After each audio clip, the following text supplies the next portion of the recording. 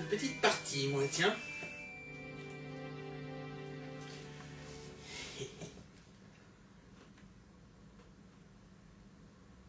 Bon, et ben alors. Oh. Oh.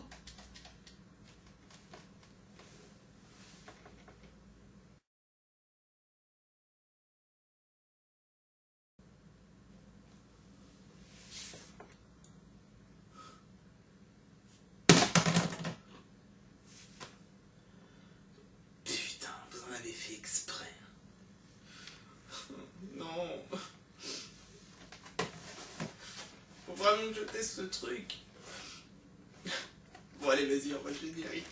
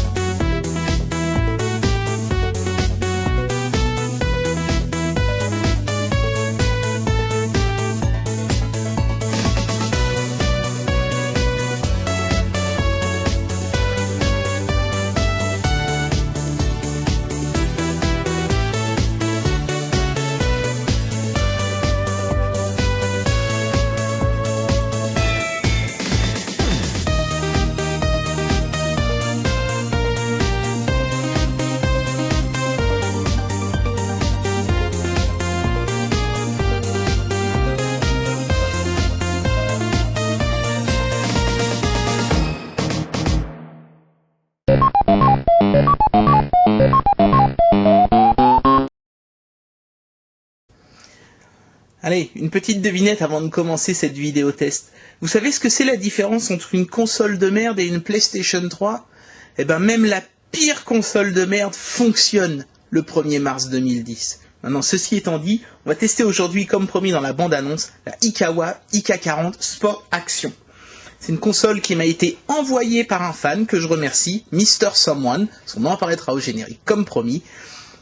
Ça fait plaisir de tester une console de merde en se disant qu'on n'a pas eu besoin de sortir 25 € pour l'acheter quand même. Je sens que je vais bien m'amuser aujourd'hui avec ce truc. Pour une fois, la console ne vient pas dans un de ces cartons qui essayent d'imiter vainement ceux d'une vraie console, mais dans un blister rigide en plastique. Un de ces machins qu'on attaque à la tronçonneuse pour pouvoir les ouvrir avant de se rendre compte avec beaucoup de désarroi qu'on n'a pas coupé assez profond et qu'on est bon pour tout recommencer. Ça permet quand même au moins de voir la console sans avoir besoin d'ouvrir l'emballage. Là, clairement, ça ressemble énormément à une Wii, quoi. Enfin, disons, ça ressemblerait un petit peu à une Wii qui aurait, je sais pas, été laissée un peu trop longtemps dans la même pièce avec un grille-pain, peut-être. Ouais. Alors, on retrouve nos fameuses manettes infrarouf haute technologie, avec un petit détail quand même qui m'a intrigué, c'est qu'il y a 4 boutons d'action.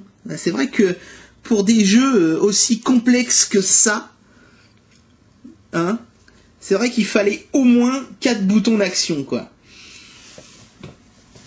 Pour jouer seul ou à deux, nous dit l'emballage, c'est vrai que si vous avez une copine un peu envahissante, vous avez envie qu'elle vous foute la paix, qu'elle dégage, vous jouez ensemble à 40 jeux sur ce truc-là, je pense pas qu'elle tienne plus de 3 jours. Hein. Ça devrait marcher. Alors, ça semble énorme, 40 jeux comme ça, mais en fait, pas tant que ça. Hein. Si je retourne l'emballage, voilà. Là, vous voyez les 40 jeux. On a des jeux de sport, les habituels tennis, basket, boxe, les trucs qui vont encore bien nous faire chier. Bowling. On a des jeux d'athlétisme. Ça, c'est la grande nouveauté. Jeux d'athlétisme à la track and field. Avec les graphismes de track and field aussi. Et puis on a les X d'arcade, parce que là manifestement il y a un gros con qui s'est pas rendu compte qu'il avait toute la place de marquer jeu d'arcade ici, mais non, il a fallu qu'il aille le foutre là où il y avait le putain de trou. Et on a des jeux au nom absolument incroyable comme les chats et la souris ou Super X-Man, ou Tir à l'arc, qui aurait dû être dans les jeux de sport, non? Enfin bon, peu importe. Ou les échecs, ou Abeilles de combat. Des jeux qui risquent certainement de vachement nous faire marrer. Ma préférence personnelle quand même, c'est la traduction française bien merdique de Street Fighter, Combat de rue. C'est peut-être le seul jeu d'ailleurs qui aura besoin des 4 boutons d'action. Ah, il y a quand même 2 choses qui me dépassent quand je regarde cet emballage, quoi. Bon, bien sûr, la première, on l'a déjà dit, c'est X d'arcade, alors qu'il y avait toute la place pour marquer jeu d'arcade clairement à droite. Et puis surtout aussi, là, dans la description des choses à faire, bon, au début, ça commence plutôt pas mal. Hein, on a des trucs du genre les détails et coloris du contenu peuvent subir des modifications, ce jeu contient des petits éléments pouvant être absorbés par les jeunes enfants, ça, ok, pas de problème. Et puis alors là, attention, c'est la phrase mystère. Attention au risque inhérent à la présence d'une longueur libre. Mais putain, mais ça veut rien dire, quoi. Attends, putain, j'ai dû sauter un mot, c'est pas possible. Attention au risque inhérent à la présence d'une longueur libre. Putain, mais les mecs, mais ça vous trouverait le cul, bordel, de nous faire des phrases qui veulent dire quelque chose. Bien sûr, il faut encore un semi-remorque de pile pour faire fonctionner cette grosse saloperie. Et puis on a un avertissement sur l'épilepsie qui est tellement rouge qu'un épileptique ne peut pas le lire en entier avant de faire une crise. Et puis bien sûr, on retrouve nos super icônes habituelles. Défense de jeter cette merde à la poubelle même si c'est le seul endroit qu'elle mérite de visiter. Interdiction de laisser jouer les oignons de moins de 3 ans. Et puis les logos certainement falsifiés de conformité européenne et de recyclage. Là, il y a aussi l'adresse de l'importateur, les portes de l'Ouest. C'est certainement un type qui ignore qu'en fait la Chine se trouve à l'Est et pas à l'Ouest. Hein, enfin bon, passons. J'affûte ma tronçonneuse, on ouvre l'emballage de cette grosse connerie et on regarde ce que ça donne in-game. C'est parti!